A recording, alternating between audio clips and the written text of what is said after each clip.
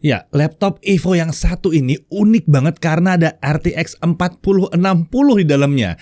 Ya, seperti kita ketahui, laptop Evo biasanya menggunakan sistem grafis Intel Iris Xe Graphics yang ada di prosesornya. Tapi tenang, yang satu ini tetap memenuhi persyaratan laptop Evo ya.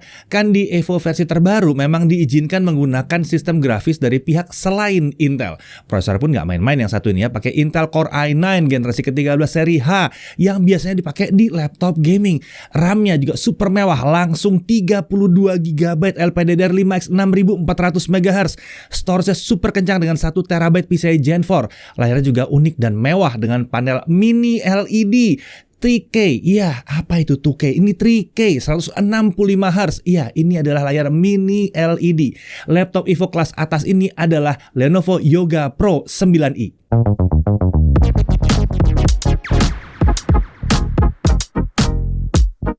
Oke, kalau kalian merasa spesifikasi tadi sudah keren, sudah ajaib, tunggu dulu.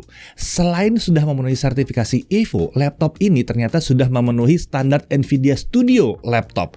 Jadi laptop ini emang dirancang untuk aktivitas content creation yang serius banget. Iya, serius. Jadi untuk menghasilkan uang, bukan untuk buang-buang uang, ya.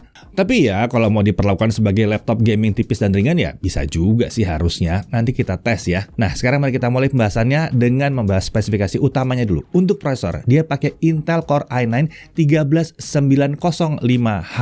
Fabrikasi Intel 7, base power 45 watt. Dia punya 14 core 20 thread, 6 performance core atau P-core dan 8 efficient core atau E-core. Dia punya Intel Smart Cache yang besar di 24 MB. Untuk integrated graphics-nya dia pakai Intel Iris Xe Graphics dengan 96 execution unit. Untuk RAM-nya dia pakai 32 GB LPDDR5X langsung 6400 MHz dual channel 128 bit. Itu adalah kecepatan RAM paling tinggi yang didukung oleh prosesornya.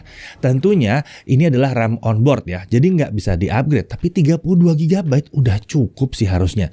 Untuk storage, 1 TB SSD M.2 NVMe PCIe Gen 4x4. Discrete GPU-nya pakai Nvidia GeForce RTX 4060 laptop GPU dengan VRAM 8 GB GDDR6. Nilai maksimum TGP-nya adalah 80 watt. Uniknya ternyata ada fitur untuk mengoverclock GPU kalau memang rasanya masih kurang performanya. Ya, fitur ini biasanya adanya di laptop gaming Lenovo, bukan di seri Yoga yang tipis dan ringan. Tentunya discrete GPU yang satu ini memiliki NV-encoder dan NV-decoder yang sudah support video AV1 juga. Jadi discrete GPU ini tidak hanya mampu menjalankan video AV1, tapi juga bisa digunakan untuk mengedit dan mengekspor video AV1 dengan lancar pakai akselerasi. Lucunya, walaupun laptop ini sudah memenuhi sertifikasi Nvidia Studio Laptop, driver bawaannya ternyata belum pakai Nvidia Studio Driver. Hal ini bukan jadi masalah ya, karena kita bisa dengan mudah menggantinya melalui software GeForce Experience atau download secara manual juga bisa. Nah, laptop ini juga dilengkapi dengan Nvidia Advanced Optimus. Jadi pengguna bisa memilih apakah disk GPU-nya aktif terus-menerus atau gantian dengan integrated graphics.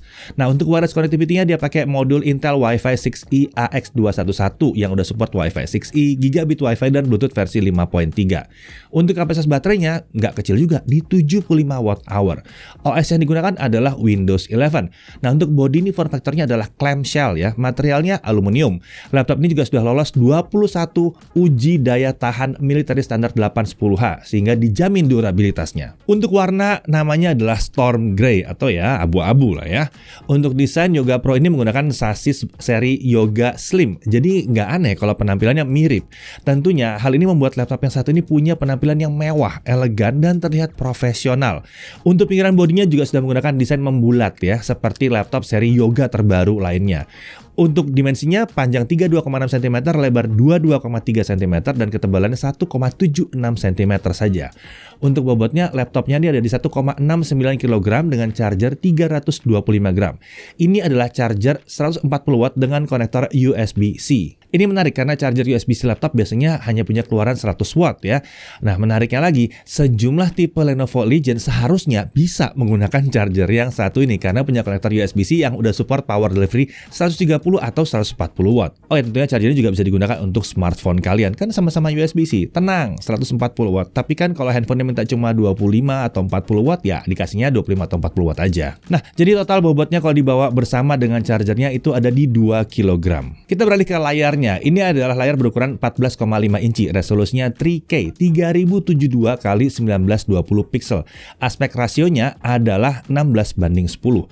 Uniknya, refresh rate-nya adalah 165 Hz, seperti yang dipakai di seri Legend. Menariknya lagi, layar ini sudah menggunakan panel mini LED yang umumnya digunakan di Smart TV kelas atas.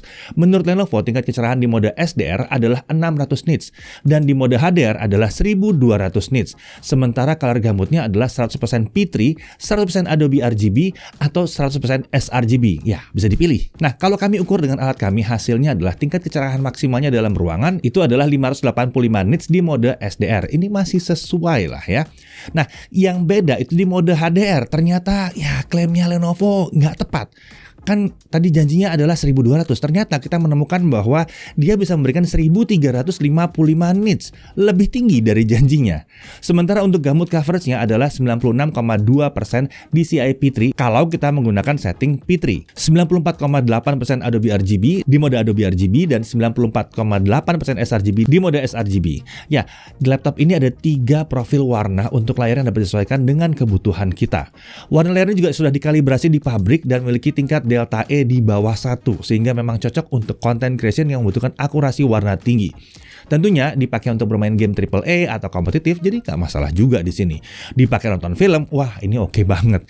Karena sudah punya sertifikasi Dolby Vision dan juga VESA Display HDR 1000. Layar ini juga sudah punya iSafe Certified 2.0 dan punya sertifikasi TUV Rhineland Low Blue Light, jadi tetap nyaman dan aman untuk mata walaupun kita menggunakannya berjam-jam. Uniknya, walau bukan laptop 2-in-1, layar satu ini dilengkapi dengan kemampuan touch screen. Ini memudahkan kita mau scroll-scroll halaman ya, untuk dokumen atau website, atau mau zoom in, zoom out. Wah, jadinya interaksinya lebih nyaman lagi. Permukaan layarnya juga punya lapisan anti fingerprint di sini untuk meminimalkan bekas sentuhan jari. Sementara untuk stylus ini sayangnya tidak disertakan dalam paket penjualan. Nah, layar ini punya permukaan glossy yang memang wajar untuk tipe touchscreen. Walaupun akan memantulkan sedikit bayangan, permukaan seperti ini membuat warna yang ditampilkan jadi lebih cemerlang lagi. Untuk bingkai layar, keempat sisinya sudah dibuat setipis mungkin sehingga memberikan sensasi tampilan yang nyaris tidak bertepi.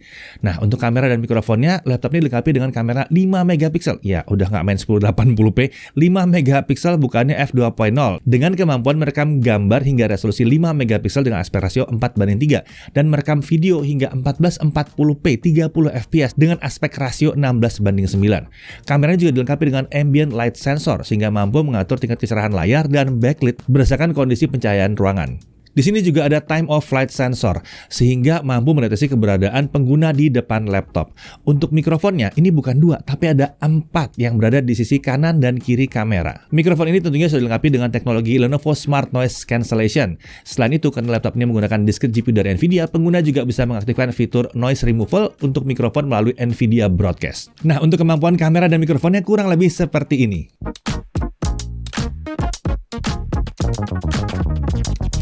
Ya, bisa dilihat belakang saya, jalanan lagi ramai sekali oleh kendaraan. Jadi suasananya bising sekali di sini. Jadi gimana nih kualitas rekamannya?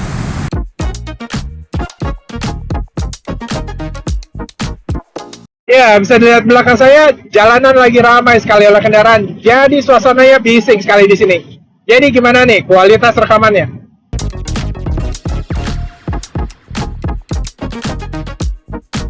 Nah, kalau yang ini hasil rekamannya kalau pakai NVIDIA Broadcast. Jadi gimana nih kualitasnya? Ya, rekaman ini dibuat dengan menggunakan kamera dan mikrofon yang ada di laptop Lenovo Yoga Pro 9i. Jadi gimana nih kualitasnya? Oke, kita lanjut ke audionya. Laptop ini tidak hanya dilengkapi dengan 2, tapi 4 buah speaker yang udah mendukung teknologi Dolby Atmos. 2 buah woofer ditempatkan di sebelah kanan dan kiri keyboard, dan 2 buah tweeter ditempatkan pada sisi bawah laptop. Untuk pengaturan profil dan equalizer suara dapat dilakukan di Dolby Access. 4 buah speaker ini membuat suara di laptop ini terdengar lantang, walaupun emang belum yang paling kencang yang kami pernah dengar di kelas harganya ya. Dan suara yang dihasilkan, nah ini yang paling penting, punya kualitas yang sangat-sangat memuaskan. memuaskan. Laptop setipis ini bahkan mampu menghasilkan suara frekuensi rendah yang oke banget, walaupun karakternya tidak sampai seperti speaker besar gitu ya. Ya namanya juga ukurannya kecil, tapi tetap aja berasa hentakannya di sini. Suara mid dan high juga punya kualitas yang memuaskan dan terdengar jernih di telinga kami. Untuk konektor dan tombol, di sebelah kiri ada satu HDMI 2.1, ada satu USB-C 3.2 Gen 1 5Gbps yang mendukung Power Delivery 3.0 dan DisplayPort 1.2, jadi bisa dicolok ke layar yang satu ini. Kemudian ada satu Thunderbolt 4 yang udah support USB 4 40Gbps, lalu Power Delivery 3.0 juga, DisplayPort 1.4, dan tentunya perangkat-perangkat yang berbasis Thunderbolt. Kemudian ada SD card reader juga di sini. Nah, sekarang di sisi kanan ada e-shutter switch untuk mematikan modul kamera sehingga lebih aman dari resiko diintip. Ada satu 3,5 mm audio combo jack. Ada dua USB 3.2 Gen 1 yang 5 Gbps. Ya, ini yang ukurannya besar dan tentunya ada tombol power. Untuk keyboard, desain tata letak dan kenyamanan pakai keyboard di laptop ini tetap mirip seperti keyboard di laptop yoga lainnya. Nyaman sekali. Uniknya, laptop tipis ini punya tingkat travel distance 1,5 mm untuk tombol keyboardnya, jadi terasa cukup dalam ya. Tombol keyboard juga punya kemampuan grease resistant, jadi tetap awet walaupun terkena jari yang berminyak. Keyboardnya juga dilengkapi dengan lampu backlit berwarna putih dengan 2 tingkat kecerahan. Untuk pengaturannya bisa menggunakan tombol function plus spacebar seperti biasa. Backlit ini juga punya mode auto di mana lampunya akan otomatis menyala saat ruangannya jadi gelap. Untuk touchpad dia menggunakan permukaan kaca dengan ukuran 15 x 9,5 cm. Ini besar ya, dan posisinya sejajar dengan tombol spacebar. Jadi ini nyaman sekali untuk dipakai ngetik-ngetik. Untuk cooling system pendingin di laptop ini dilengkapi dengan 2 buah heat pipe dan 2 buah kipas.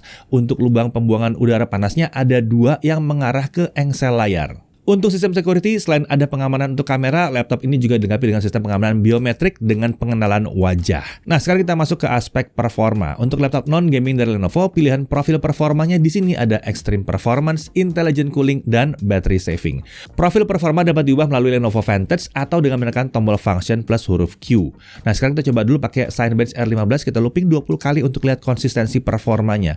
Untuk skor tertinggi yang mampu dicapai adalah 2458 poin di mode Intelligent Cooling, dan 2761 poin di mode Extreme Performance.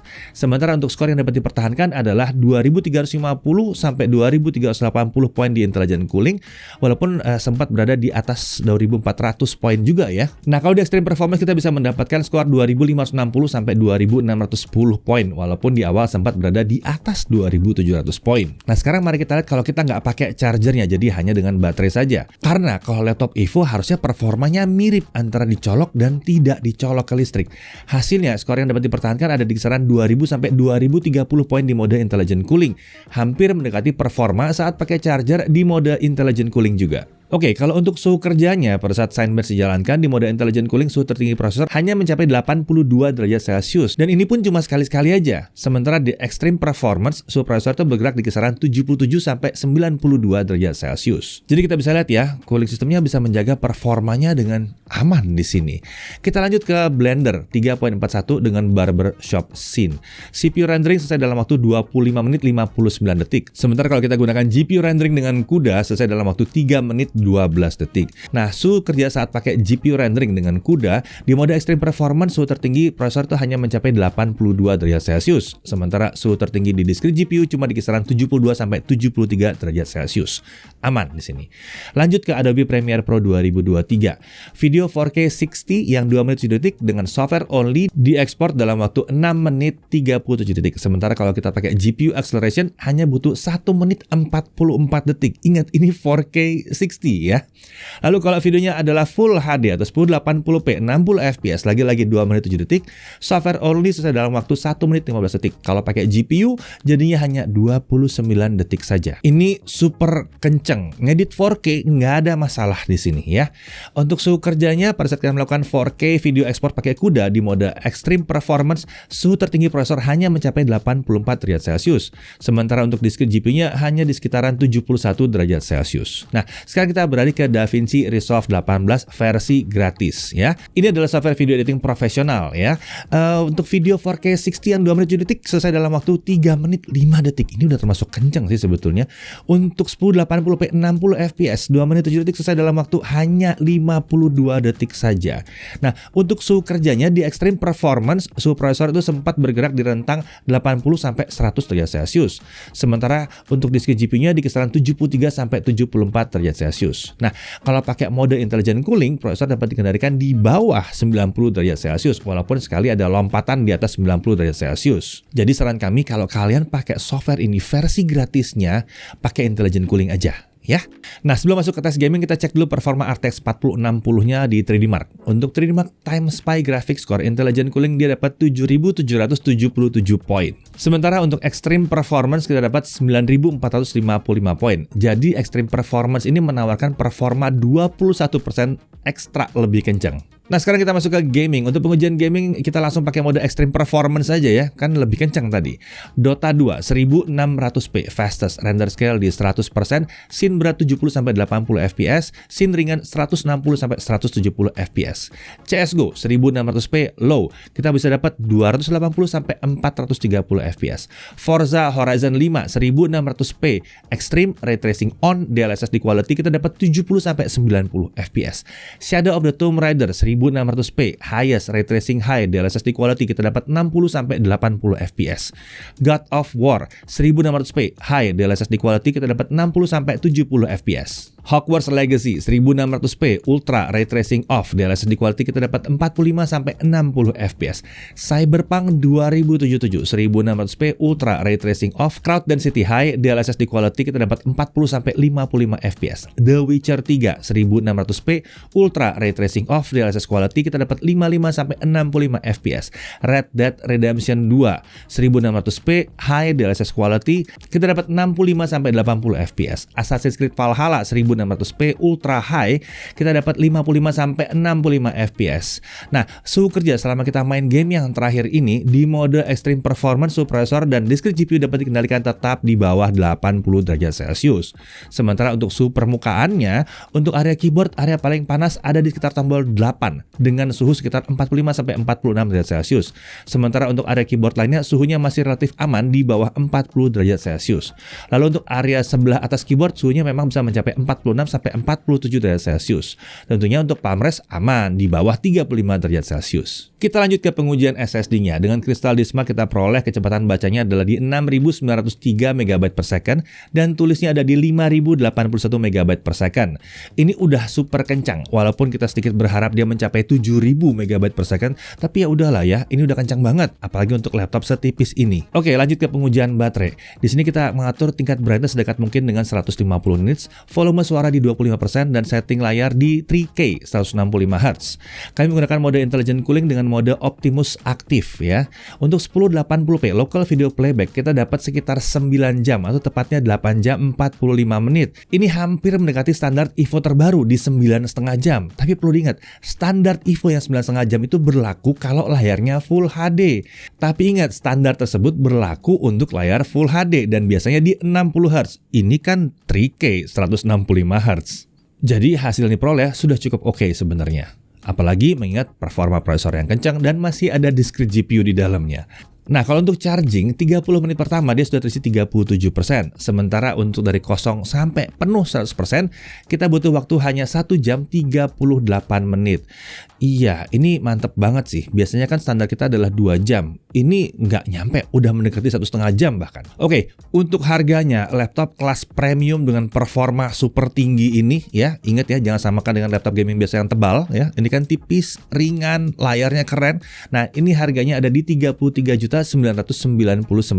Tentunya ini semua sudah termasuk Microsoft Office Home and Studio 2021 dan tentunya Windows 11 juga ya. Laptop ini dilindungi dengan garansi Premium Care sekaligus Accidental Damage Protection selama 3 tahun. Garansi Premium Care menawarkan layanan call service center selama 24 jam sehari 7 hari seminggu. Garansi ini juga menawarkan layanan perbaikan di tempat pengguna. Jadi nggak perlu repot-repot ke service center ya. Sementara untuk garansi Accidental Damage Protection atau ADP ini menawarkan proteksi terhadap kelalaian pengguna di di luar garansi utamanya. Jadi kalau ketumpahan cairan, jatuh dari meja, LCD panelnya retak, keyboardnya mati, korsleting, ya jatuh nggak sengaja lah gitu ya, itu ditanggung 100% selama 3 tahun. Ini bisa diklaim lebih dari sekali selama bukan di part yang sama. Kalau part yang sama itu masih bisa 2 kali diklaimnya. Oke, kita masuk ke hal yang perlu diperhatikan. Ya, di software tertentu, suhu prosesor agak tinggi kalau kita pakai mode performance. Untungnya, itu hanya terjadi di software yang cenderung membebani sisi prosesor saja. Software yang modern ya, atau yang full version itu biasanya tidak seperti ini. Nah, kalau toh kalian ketemu dengan software model ini, untuk ngakalinnya kita bisa pakai mode intelligent cooling. Toh kencang juga di sini. Lalu kemudian untuk sebuah laptop dengan touchscreen, ya sayangnya memang di sini tidak disertakan stylus. Dari sisi menariknya, ini penampilannya elegan dan profesional banget. Sesuai dengan namanya, ada Pro-nya kan ya. Dan dia sudah memenuhi sertifikasi Evo dan sekaligus Nvidia Studio Laptop. Dia sudah menggunakan Intel Core i9 seri H dengan 14 core dalamnya. Ini super kencang untuk software yang berat sekalipun nggak ada masalah di sini. Udah punya RTX 4060 untuk game kompetitif, terbang. Untuk game AAA lancar, mau pakai resolusi QHD bisa. Mau untuk content creation, ya video 4K 60 fps aja dilibas di sini nggak ada masalah. Mau dipakai untuk software AI bisa juga. RAM-nya udah mewah, 32 GB LPDDR5X 6400 MHz. SSD-nya juga kencang dan layarnya mewah untuk gaming dan content creation. Ini udah mini LED 3K 165Hz 100% DCI P3. Chargingnya kenceng. Konektornya melimpah dan nggak cuma ukuran kecil, ukuran besarnya juga ada. Kameranya udah 5 megapiksel, Wi-Fi 6E, Bluetooth versi 5.3 dan ada pengamanan biometrik. Garansi kelalaian pengguna ala Lenovo juga tersedia di sini selama 3 tahun pula. Ya, Lenovo Yoga Pro 9 ini memang unik banget ya. Sertifikasi Evo-nya menjamin performanya kencang, responsif, baterainya lumayan irit dan punya teknologi yang kekinian. Sementara sertifikasi Nvidia Studio Laptop-nya menjamin laptop ini siap untuk skenario content creation kelas berat sekalipun. Jadi pertanyaannya, yang satu ini cocoknya untuk siapa sih? Pada dasarnya laptop ini cocok untuk mereka yang membutuhkan laptop high performance yang tipis, ringan, dan mudah dibawa kemana-mana. Ada yang pekerjaannya ngedit video bisa banget. Kalau cuma sampai 4K 60, wah enteng. Mungkin mesti nyoba 8K kali ya. Buat desain dan rendering 3D nggak ada masalah. Kencang juga yang satu ini. Dipakai desain CAD, lancar. Apalagi kalau cuma desain 2 dimensi, ya nggak ada masalah lah ini ya. Programming cocok banget ini. Tentunya kalau memang software kalian sesuai dengan yang ada di sini ya. Nah, mau dipakai buat AI bisa aja asal aplikasinya emang kompatibel dengan RTX 4060-nya. Bahkan mau dipakai main game AAA atau yang kompetitif ini nggak ada masalah karena spesifikasi dan performanya emang mumpuni. Pada akhirnya, Lenovo Yoga Pro 9 ini adalah laptop Evo super kencang serba bisa yang gampang dibawa kemana-mana dan cocok dipakai untuk bekerja atau sebagai sarana hiburan juga bisa. Ya, rasanya memang si Lenovo Yoga Pro 9i ini layak banget menyandang nama Pro karena memang cocok banget untuk para profesional. Saya Deddy Irfan, Jaga TV TV.